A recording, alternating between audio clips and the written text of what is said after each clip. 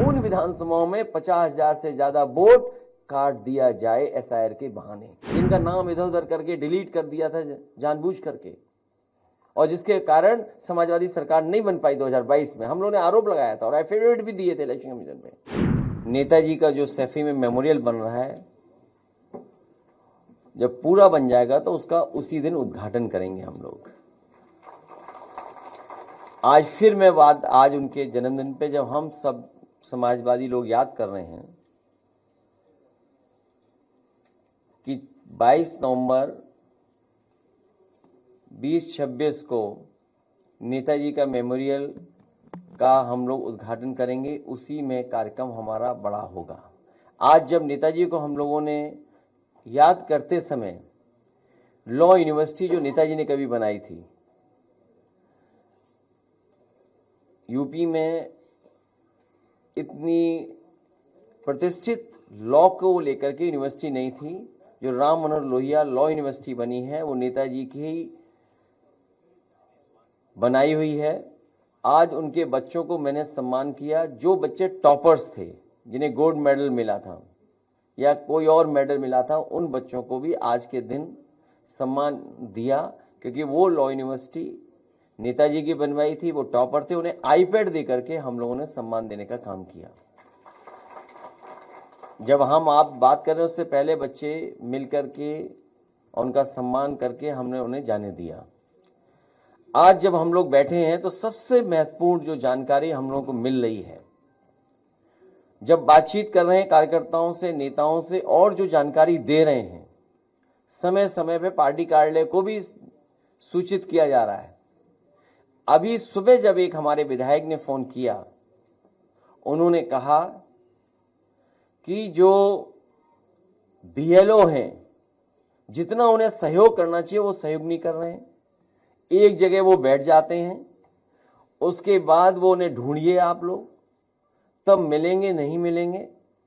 लेकिन सच्चाई ये है, जब बिहार का चुनाव देख लिया, बिहार के बाद जो अखबारों में लिखा गया, सोशल मीडिया पे जो आया, या अन्य माध्यमों से जो जानकारी मिली है, वो जानकारी ये मिली है कि उत्तर प्रदेश और वेस्ट बंगाल में बड़ी तैयारी है भारतीय जनता पार्टी की, और चुनाव आयोग से मिलकर के है।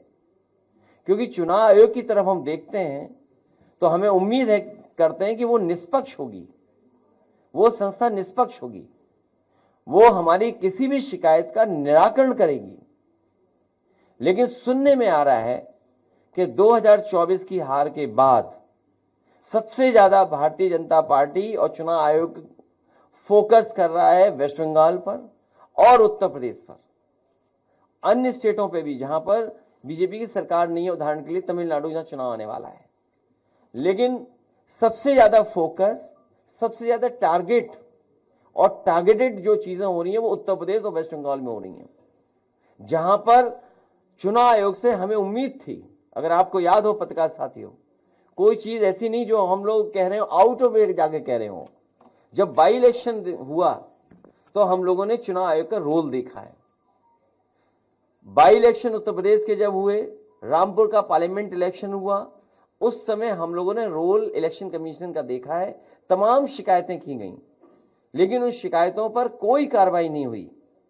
उसके बाद जब एसआईआर की बात आई तो उस समय हम लोगों ने वो सूची दी थी जिसमें 2022 में से पहले जिनका वोट था और 2022 में वोट नहीं डाल पाए थे, ऐसे बड़े पैमाने पर मतदाता जिनका नाम इधर उधर करके डिलीट कर दिया था जानबूझ करके, और जिसके कारण समाजवादी सरकार नहीं बन पाई 2022 में। हम लोगों ने आरोप लगाया था और एफिडेविट भी दिए थे इलेक्शन कमीशन में।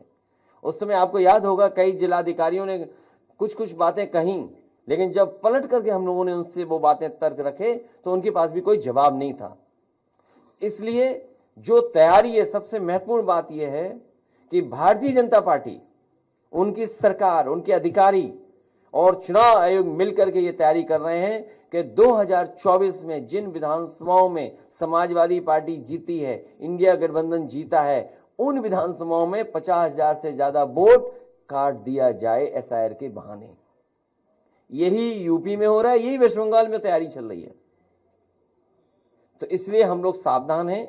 हम पॉलिटिकल लेवल पर, अपनी पार्टी के स्तर पर सभी कार्यकर्ताओं को आपके माध्यम से अपने संगठन के लोगों को आपके माध्यम से ये अपील भी करते हैं कि पूरी जिम्मेदारी के साथ ये अपनी वोटर लिस्ट ठीक करें।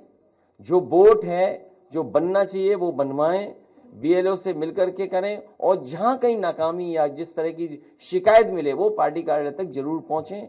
इधर जो शिकायतें मिली हैं, हम बड़े पैमाने पर शिकायतें हैं, मैं श्रीवास्तव जी जो ऑफिस में देख रहे हैं, मैं उनसे कहूंगा कि वो जरूर ब्रीफ करें। उससे पहले कोई एक अधिकारी है एसडीएम, उनकी रिकॉर्डिंग भी हमारे पास, कोई है रिकॉर्डिंग एसडीएम साहब वाली, एक एसडीएम साहब की रिकॉर्डिंग है, देखिए क्या कह रहे हैं, मतलब किस लेवल पे तैयारी है कन्नौज में। कन्नौज तो वो रहा है ना, हमारी राजधानी, देश की राजधानी रही है कन्नौज। सम्राट हर्षवर्धन महादानी, जिन्होंने कुंभ को आयोजन का शुरू किया था, तो जो सम्राट हर्षवर्धन की प्रतिमा हटा सकते हैं कुंभ स्थल से, वो बोट क्यों नहीं हटाएंगे? वो बोट हटाने में लगे हुए हैं, और कन्नौज भी टारगेट में आ गया है।